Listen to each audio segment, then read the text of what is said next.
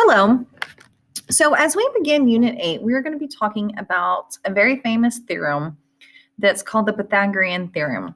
Now, if you have not, let me go ahead and go to the next slide. If you have not gone back and watched the Unit 8 intro, and it's an Edpuzzle where you watch a video and we're reading a book and it's answering some questions, I need you to go back and watch it. Okay? So I'm assuming if you're here, you've already watched that. So the Pythagorean theorem was discovered by a Greek a very long time ago. And all of mathematics is a study about patterns. And this gentleman found that with a right triangle, and a right triangle is often denoted by this little right square, he discovered that the side opposite the right angle, which is called the hypotenuse, if you take that measure and you square it, so you take this measure and create a square out of it, so that makes c squared, that c squared is equal to this distance here, which is a squared, and this distance here, which is b squared, okay? So let's talk about those angles. The red is called a hypotenuse. And then B is a leg and A is a leg.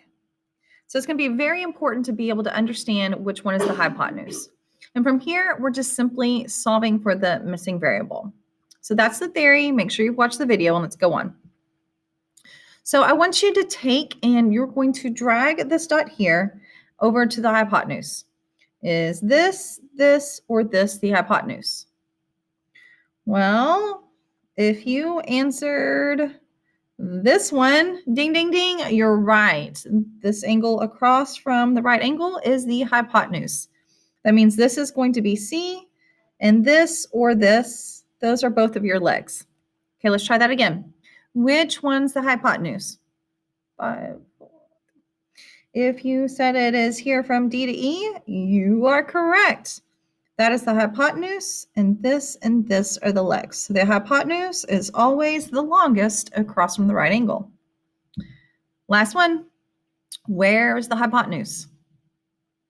You said this point right here. Ding, ding, ding. You are right. The other two are legs. Okay.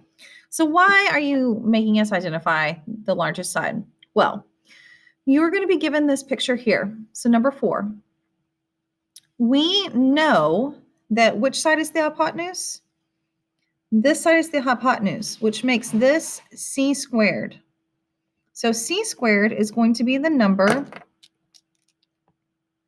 13. So I have to do 13 squared. Now, because that's the hypotenuse, I have to take the other two sides as my legs. So I have x squared, because I don't know what this side is, plus 5 squared. So I'm named this one A and this one B. Okay? And each of those have to be squared because we're building that square on the outside. Now, how do I solve this? The first thing I have to do is I have to simplify. And I'm going to use my calculator to simplify this number right here. I've got 5 squared. And if you look right above this, let me move my face out of the way. If you look right here, x squared, oops, I pressed the wrong button. 5x squared, and I hit enter. That's going to tell me that this information here is 25. And then I need to figure out what 13 squared is. So I type 13, and right above log is the x squared. I hit enter, and that's 169. Okay, so I'm going to move over here where I have a little bit more room. X squared plus 25 is 169. So I need to solve for one single x. I just need to know one x. And to do that, I have to get the number all by itself. So I'm going to take this 25, this positive 25, and I'm going to move it across the equal sign. And anytime you move it across the equal sign, you change the sign. So it now becomes a negative 25. And I'm still left with x squared. And 169 minus 25 gives me 144. So to find out what 144, the opposite of x squared is to take the square root of that number. So let me show you. 5 squared is 25. And if I take the square root of 25, it will give me 5. So Ms. Harrell, how do I take the square root on this calculator? So glad you asked. First, you hit the second blue button, and the same x squared button we have gives us the square root. So I've got to take the square root of 144, and that is 12. So x is equal to 12 because I have to take the square root of this and the square root of that, and x is 12. That means that this x here, that side length is 12. Let's try another one. So this one, I need to figure out which is my hypotenuse. Well, my hypotenuse is across from the right angle. So my x is my c squared. So I'm going to write x squared up here because this is c.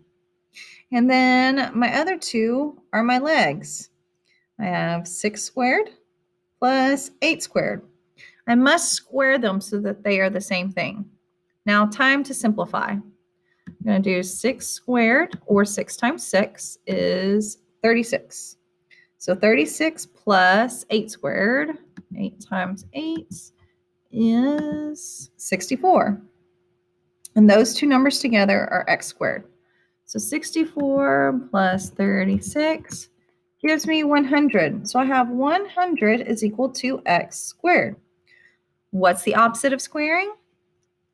It is the square root. I have to take the square root of both, and I've got x is equal to, second button, x squared, 100.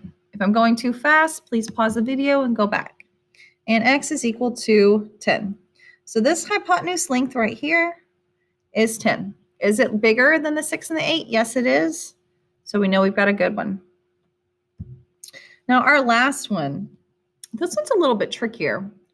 We have to identify our right angles. So these are all right angles. That means this is a hypotenuse and all the x's are the same. Now, let me erase something real quick. Since we are looking for a hypotenuse, I still need this length. Well, it's told to me down here. So this length is 3.6. I have 3.6 and I need to square that. And then this is another leg, so 1.5, and I need to square that. And that's going to give me c squared, which is actually x squared. Okay, let's time to use our calculators. 3.6 squared gives me 12.96. And then I'm going to add 1.5 squared. And it's 2.25. I'm going to add that up to 12.96. And I have 15.21. I'm going to take the square root of 15.21. That gives me 3.9. So, oops, I didn't write all this down. This is 15.21. And I was looking for x squared.